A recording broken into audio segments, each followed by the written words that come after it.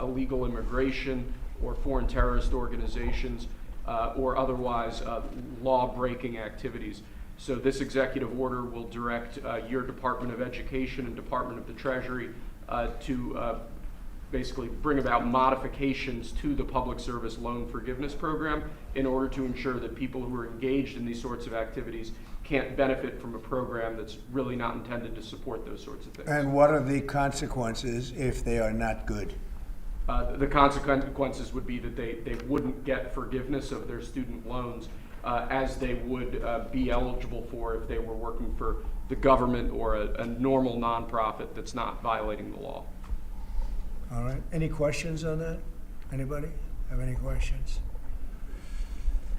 So we'll talk about the manufacturing turnaround, and it's been very early, but it's pretty significant. The numbers were much better, as you know, than projected by the media, and a little surprising actually how strong, how fast, because we have many companies are moving into our country. As you probably know, it's a statistic that everyone talks about, but nobody seems to have done much about. Since the beginning of NAFTA, there's been 90,000 plants and factories closed in this country. Think of that. 90,000 plants and factories have been closed in this country. Many of them have been car manufacturing plants. And that's a terrible statistic, and we'll be turning that around. You're going to see it already. We already have numerous that are being built or starting to be built, and numerous that were being built in other countries, and they stopped, and they're coming here now because of the tariffs. And that's a big deal. That's what you want to hear. During the last year, the Biden administration saw a loss of more than 110,000 manufacturing jobs, or 9,000 manufacturing jobs every single month.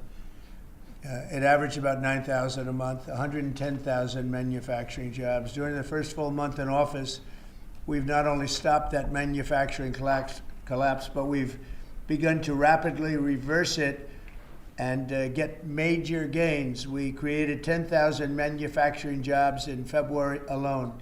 That hasn't happened in a long time. And these aren't government jobs, which actually we cut. These are private sector manufacturing jobs. So we gained all of those jobs, 10,000 jobs, and we barely started yet. That's a very unusual number. People are surprised by it. I'm even a little surprised. On auto jobs, we created almost 9,000 new jobs in the auto production field. And the reason for that is largely they think things are happening, so they're already geared up. In some cases, they had rooms in their plants, or they had empty plants that they were able to put into use quickly because they see because of the tariffs, they don't want to be dealing with other places, and they don't want to go back and forth and around and through the borders and across Mexico border and Canada border and all that. They want to have the jobs in one location. And they've had space, and if they had space, they were able to create the jobs almost immediately. In some cases, they'll be building plants to take care of those jobs. So we created 9,000 new jobs already in the auto production, auto parts manufacturing. So we want the auto parts ideally, and I think from a simplicity standpoint too, to be built and made in the United States. It's in a single month. That all took place in a single month, 9,000 new auto jobs. You haven't heard that in a long time. After auto workers lost more than 27,000 auto jobs in the final year of Biden. These are also high-paying jobs. These are very prime jobs. The ISM Manufacturing Survey and the S&P Manufacturing Survey have also confirmed that our administration is presiding over a brand new domestic manufacturing boom after major collapse under Biden. It was a collapse. All he did is keep adding new government jobs, which are not the jobs you want. We're trying to shrink government and grow the private sector. That's what we've been doing. Under the final 2 years of Biden, 1 in every 4 jobs created in America was a government job. That's a tremendous percentage. But under the first full month of President Trump, which we haven't even gotten started yet, an incredible 93% of all job gains were in the private sector. So that statistic just came out. Big gains for native-born Americans. For the first time in 15 months, the job gains for native-born Americans, for American people, people born in America, exceeded job gains for migrant and foreign-born workers. This is the first time that's happened in more than 15 months. Employment for native-born workers went up by 284,000, while foreign-born workers went down by 87,000. Now, you've heard the same stat where foreign workers were taking up all the jobs or almost all the jobs. In some cases, literally all of the jobs. And now it's 284,000 native-born jobs here, people born in our country, 284,000, while foreign-born workers went down by 87,000. First time that's happened in a long time. So these are incredible numbers, and they're very early. I mean, we're here for 5 weeks, but we have been talking about it since the big win in November 5th. So a lot of these people, they listen to us speak and they say, well, I'm going to gear up, and they're gearing up. And so they've been gearing up. They've had a little time. It's not just 5 weeks. It's 5 weeks plus a few months. And they put it into effect pretty quickly. They have confidence that what I'm saying is going to happen. So with that, I'd like to ask a highly respected gentleman, Kevin Hassett. He's been with us for a long time, and he's been right about a lot. We had the greatest economy in history in the first term, and Kevin was a big part of it. So Kevin, could you maybe give it a little description, please? Yeah, thank you very much, Mr. Trump. I think that the three things that you emphasized during the campaign is that you wanted to create domestic, high-paying manufacturing jobs, that you wanted to end wasteful government spending and reduce the unproductive government workers, and in fact unleash them into the private economy where they could be more productive, and to create jobs for Americans. A lot of people said that if you deported illegals, the employment would go down because no Americans would take those jobs. And if you look, 280,000 American-born folks were hired, manufacturing jobs are going up, and this is just out of the expectation of your future policies, really, sir. It's in April when your Reciprocal Trade Act is expected to happen. The tax cuts haven't passed yet.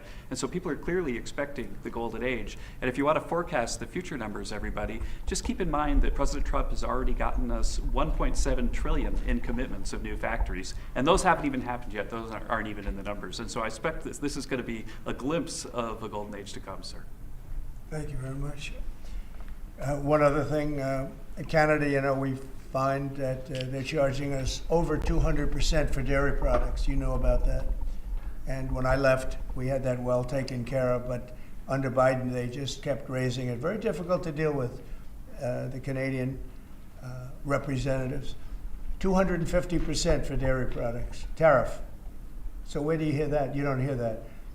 They have a tremendously high tariff. Give you the exact numbers in a little while coming out, on lumber. So they sell us lumber. They have a tremendous tariff. They make it impossible for us to sell lumber or dairy products into Canada, but our numbers are a tiny fraction of that, almost non-existent.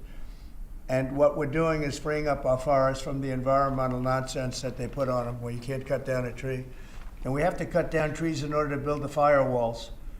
And those trees are sold, but we're freeing it up on an emergency basis because Canada has been ripping us off for years on tariffs for lumber and for dairy products.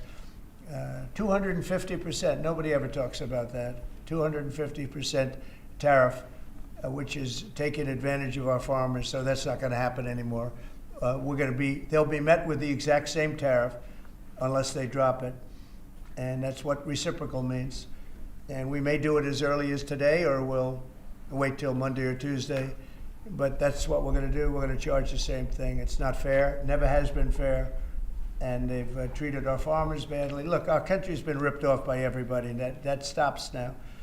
I had it stopped in my first term, and we're going to really stop it now because this has been very unfair. Our country, from an economic standpoint, a financial standpoint, and a trade standpoint, has been absolutely ripped off by almost every country in the world. Canada, Mexico, and then you just go right down the line. India charges us massive tariffs, massive. You can't even sell anything into India. It's almost it's almost restrictive. It is restrictive. You know, we do very little business inside. They've agreed, by the way, they want to cut their tariffs way down now because somebody's finally exposing them for what they've done. And same thing with China, same thing with a lot of other countries. And the EU has been a terrible abuser of this country. I mean, the EU was formulated in order to take advantage of the United States, and they have taken it, but they're not taking advantage when I'm in charge. So sometimes you'll hear some negative things. It's always from outside countries. America will be very strong. And, you know, if I'm a foreign country, they're going to do fine. But they can't do like they used to do because we're going to bring back our business into this country. We need it from a job standpoint. We need it from even just a psychological standpoint. Think of it, 90,000 factories are gone since the beginning of NAFTA. So we're not going to have that, and we're going to see them build it back. Now we've already had 5 major automobile companies. First time you've heard this in a long time, since my first term actually, where we were really rocking and rolling, and then Biden came in and he stopped everything. Like such a stupid thing to do, not even a believable thing. But we have many auto plants now coming in. We have big chip plants. We have the biggest chip company in the world, most powerful, probably one of the most powerful companies in the world. Wouldn't you say, Kevin? And he's coming in, and they're building one of the largest chip plants in the world. That'll be done in Arizona, mostly in Arizona. And that'll give us a big percentage. That one plant will give us a big percentage of the chip market, something we have very little of. You know, we used to have Intel, and Intel was run by a man named Andy Grove. And Andy Grove was a tough, smart guy. I used to read about him when I was a young man, and he did an incredible job. He really dominated the chip business. And then he died, and I guess they had a series of people that didn't know what the hell they were doing, and we gradually lost the chip business, and now it's almost exclusively in Taiwan.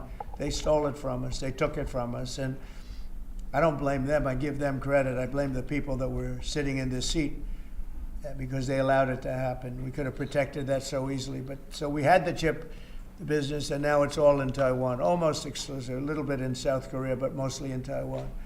And it's very important. Everything you do, everything you touch is now about chips. The brake of a car, cars have chips all over the place. I was reading an article the other day where they talk about the brakes of a car are loaded up with chips. Who would think that a brake has a chip in it?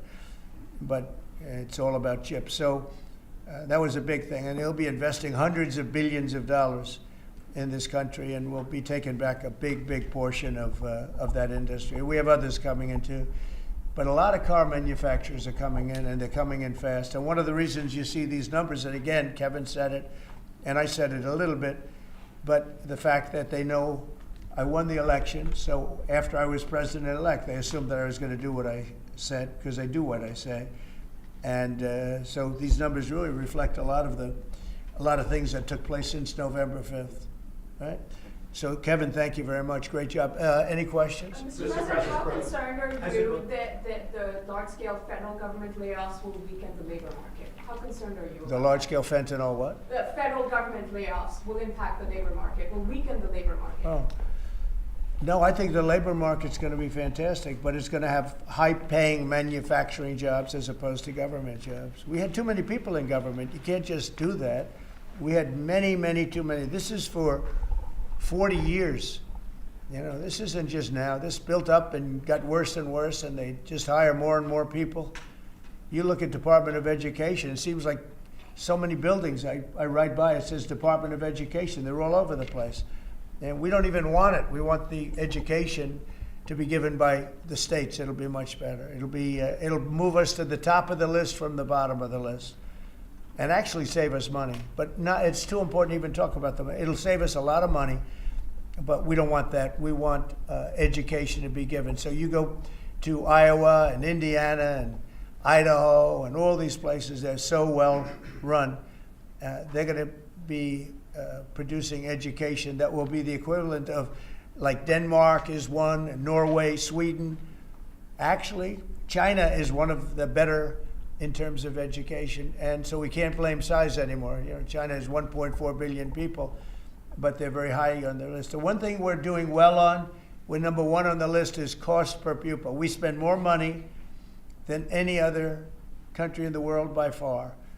So I jokingly say the one thing we do well on is the cost. We spend more money, and yet we're toward the bottom of the list. Yeah. Mr. President, I want to ask you, the joint address, millions of Americans watched your joint address earlier this week where you warned that there could be a little disturbance that Americans could feel as a function of these taxes, these tariffs. How much disturbance are you willing to accept in the near term as a function of that? And to set expectations, how long should Americans expect things to cost a bit more? Well, so far, Peter, there hasn't been very much because these numbers are coming out. We're here for just a little over 4 weeks. And these are fantastic numbers. I was watching some of the reports this morning. They were surprised. There could be some disturbance, a little bit of disturbance. I solved a little bit of that because I have respect for our auto companies, and I gave them a little bit of a 1-month reprieve because it was unfair, although I'm sure they'll take advantage of it. I see they're driving a lot of cars into the U.S. to try and avoid the tariffs, and they're taking advantage of it a little bit. But they called me, they asked me, they said, could they have a little bit of help? And I decided, they're American companies, USMCA, and I let them have that. But this really kicks in, the reciprocals, kicks in on, let's see, I guess the 2nd. And I wanted it to be the 1st so badly, just didn't want to be on April Fool's Day. So I made it the 2nd. That's going to cost a lot of money. That one day is going to cost a lot of money, but that's okay. But I don't see it. I don't see anything. I see good reports. I think we're going to have good numbers from the beginning. Now, globalists won't love this because this brings jobs back to America. So if they're coming back to America, maybe you'll lose some in other parts of the world. But the other parts of the world have done very well, and they'll continue to do very well. But I think the United States is going to be doing record business. We'll bring a lot of those 90,000 factories that have been lost over the last number of years. It's been, it's hard to believe. 90,000, think of what 90,000 is. 90,000 plants and factories are gone. We're going to bring back many of those plants and factories. One day the tariffs are on, the next day they're off. Right now the markets, as you know well, prefer stability. Are you done going forward with the pauses and the carve-outs? Is that it for those? There'll always be changes and adjustments, and you can't just. I could have, for instance, told the American car companies, no, I'm not going to give you anything, and then you wouldn't have had to say, well, they're getting a little extra. It's just a little bit of a 1-month reprieve. They're very happy about what's happening. They won't have to go across borders, and you see the zigzag, and you have a fender made in Canada, you have something else made in Mexico. We don't want that. We want it made here. But there'll always be some modifications. I mean, if you have a wall in front of you, sometimes you have to go around the wall instead of through it. But I think very little. On occasion, if we can do something, we want to help companies. We want to help companies create jobs. So I could have left that, and you wouldn't have had a minor change.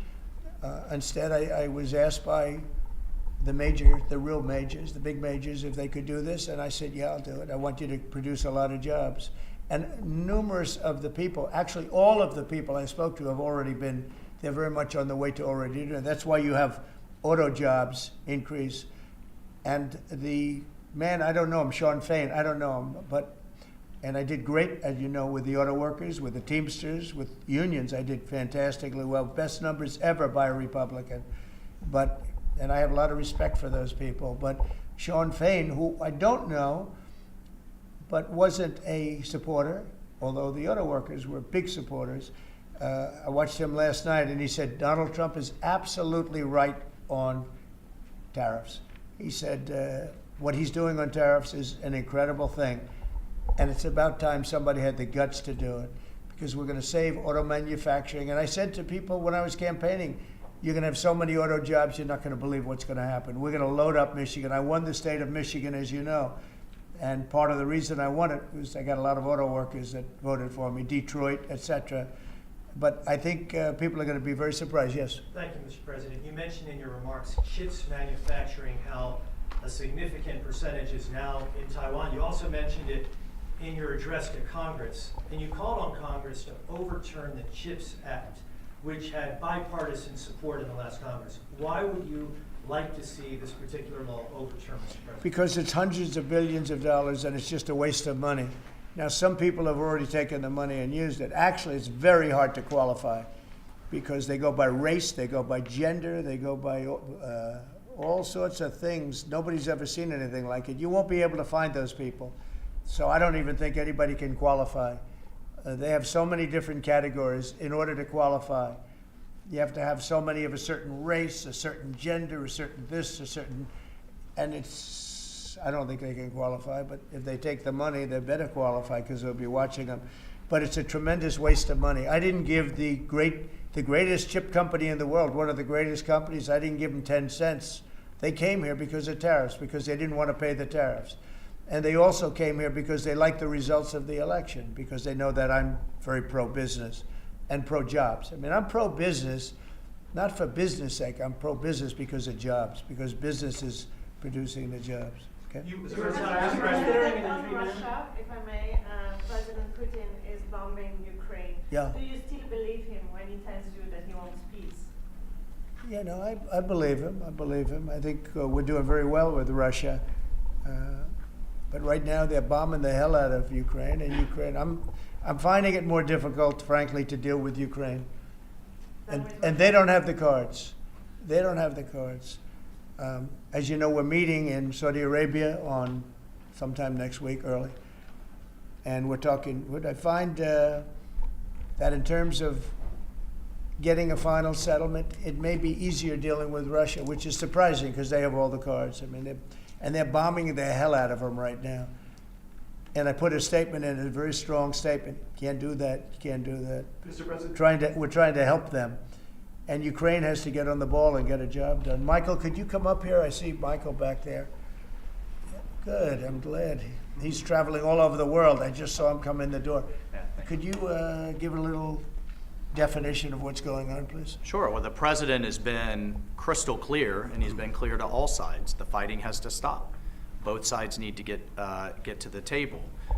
We had a good engagement. Both leaders have said only President Trump could do so, and only he has been able to do so. We had an initial engagement with the Russians. The Ukrainians had a great opportunity to bind our economies together through that mineral deal. Unfortunately, that didn't go so well, but we think we're going to get things back on track. Secretary Rubio, myself, and the Ukrainian delegation will be meeting in Saudi Arabia next week to get these talks back on track, get a ceasefire in place, and drive peace home under President Trump's leadership. You put out a I think both parties want to settle. I think if I wasn't president, this war would have had no chance of settlement, zero chance. But I think we're going to get it settled and stopped. We got to stop. They're losing on average 2,000 soldiers a week. That's a lot of soldiers. Do you agree, Peter? It's a lot of soldiers on both sides, I agree. Do you, Mr. President, think that Vladimir Putin is taking advantage of the U.S. pause right now on intelligence and military aid to Ukraine? No, I actually think he's doing what anybody else would do. I think he wants to get it stopped and settled, and I think he's hitting them harder than he's been hitting them. And I think probably anybody in that position would be doing that right now. He wants to get it ended, and I think Ukraine wants to get it ended, but I don't see, it's crazy. They're taking tremendous punishment. I don't quite get it, but I suspect, Michael, he probably wants to get it ended. He does, Mr. President. The Russians are taking incredible losses on the front. As the president has They both said, are. this is a meat grinder of people, of material, of national treasure, and no one else has any solutions except to let this war continue forever. But I'll add, the president has had multiple conversations and a visit from President Macron of France, Prime Minister Starmer of the United Kingdom. We have the NATO Secretary General coming next week. We have this meeting with the Ukrainians. We've had it with the Russians. All of this in the president's first month in his leadership. We will engage in the shuttle diplomacy, and we will continue to use his leadership and what leverage we have to get both sides of the peace table. It's not going to be easy, but President Trump... This war should have never happened. It would have never happened if I were president, but it did happen. So a lot of other things shouldn't have happened too. We shouldn't have 21 million people pouring into our country through open borders, many of whom are criminals, very bad criminals, including murderers, thousands of murderers. Many killed, far more than one person, and they're roaming our streets. But Tom Homan and Kristi Noem are doing an incredible job, and we're getting them out of here. and we'll get them out. We'll get them all out. But all these things shouldn't have happened. We shouldn't have inflation. We shouldn't have had this horrible inflation where the prices have gone up. Look at eggs. So we're doing a good job. We're doing a good Mr. job. President, in regards to the pause on military assistance to Ukraine, you put out on your social media post today that Russia is pounding Ukraine. That's right. Why not provide Ukraine with air defenses? And what happens, Mr. President, when Ukraine runs out of Well, the because Patriot missile batteries? good question. Because I have to know that they want to settle. I don't know that they want to settle. If they don't want to settle, we're out of there because we want them to settle. And I'm doing it to stop death, more important than anything else. Secondarily, way down the line is the money. So we're in for $350 billion, and Europe is in for $100 billion. They should be in for the same or more than us. And, you know, I watched over the last week or so what's going on in Europe. This thing could end up in World War III if we don't get it settled. This could really end up in a World War III. We got to get it settled. So on Iran, how confident are you that the Iranians will negotiate with you? And is Israel on board with this outrage? Yeah, I saw the hostages the other day. They came in, people that were not young, some young and some older, much older. And they gave, it was hard for them to do it actually. They gave statements as to what happened. I was asking, what happened? How was it? I said, did you see anybody in there that was kind, like out of the hundreds of people that you were seeing, Hamas? Did some of them wink at you and say, don't worry, you're going to be okay, or give you a piece of bread, or no? I said, were there any people that were like kind? I was shocked. The answer was nobody. There was nobody. Just the opposite. They'd be slapped and punched. One man broke his ribs. He couldn't breathe for a month. It was brutal. I was so surprised. Could you think there'd be a couple of people that would be kind, that would say, you're going to be okay, but they had none of that. It's pretty amazing. Brian? Thank you, Mr. President. He's a kind person. Well, according to the Although internet, not to Zelensky, he wasn't. Well, you know what, that's another But to Trump, he's conversation. been good. Yeah. Go ahead, Brian. Nice tie, by the way. Thank you. Thank you. I like yours too. Two questions. One on peace. Why don't you think any other European countries are offering a peace deal? It seems like no one's come to the table for peace except for you. Yeah. It's a very good question. Sometimes questions aren't answerable. They're in a very unusual position. They don't know how to end the war. I think I do know how to end the war. Despite the Russia hoax, I've always had a good relationship with Putin. And, you know, he wants to end the war. He wants to end it. And I think he's going to be more generous than he has to be. And that's pretty good. That means a lot of good things. Because frankly, you could have made a great deal if this war never started, you could have made a great deal. I don't know that anything would have had to be given up. This was not a war that was going to start, Brian. And it didn't start. For 4 years, somebody said, well, how do we know that? Well, for 4 years, it didn't start. I used to speak to Vladimir about it. I used to speak to him about it at length. It was the apple of his eye, but there was no way he was going in. And he knew, there were going to be consequences. But it did start. I mean, think of what happened. Inflation, you have the war with Ukraine and Russia, that wouldn't have happened. October 7th would have never happened. Israel, they had no money. Iran had no money. Iran was stone cold broke, and now they have a lot of money. But then that's going to be the next thing you'll be talking about is Iran. What's going to happen with Iran? And there'll be some interesting days ahead. That's all I can tell you. You know, we're down to final strokes with Iran. That's going to be an interesting time. And we'll see what happens. But we're down to the final moments. We're at final moments. You can't let them have a nuclear weapon. I think that I would have had a deal within 1 month after the rigged election of 2020. They were all set to make a deal. And then when I lost, they saw this person who's a stupid person, very stupid person. And they said, let's not make a deal. And they were right. He took the sanctions off. They became rich under Biden. They went from having no money to having $300 billion. all in a short period. It's oil. Oil builds up fast. It's a nice living if you have a nice oil well. And they do. They have a lot of nice oil wells, right? So anyway, it's going to be a big thing. It's an interesting time in the history of the world. But we have a situation with Iran that something's going to happen very soon. Very, very soon. You'll be talking about that pretty soon, I guess. And hopefully we can have a peace deal. You know, I'm not speaking out of strength or weakness. I'm just saying I'd rather see a peace deal than the other. But the other will solve the problem. Mr. President, President, your allies are calling on you to pardon Derek Chauvin. Are you considering pardoning Derek Chauvin? No, I haven't even heard about it. No. Mr. President, on peace. I haven't heard that. In the first term, you may recall, I broke the news that you were nominated for the Nobel Peace Prize. And the reason for that was the work that you led on the Abraham Accords. I spoke yesterday with the member of parliament, the Norwegian parliament, that nominated you. And he said what the Nobel Committee is looking for from you, Mr. President, is security guarantees for Ukraine. Is that a possibility, Mr. President? So before I even think about that, I want to settle the war, get it finished. Because if I'm not here, nobody's going to settle it.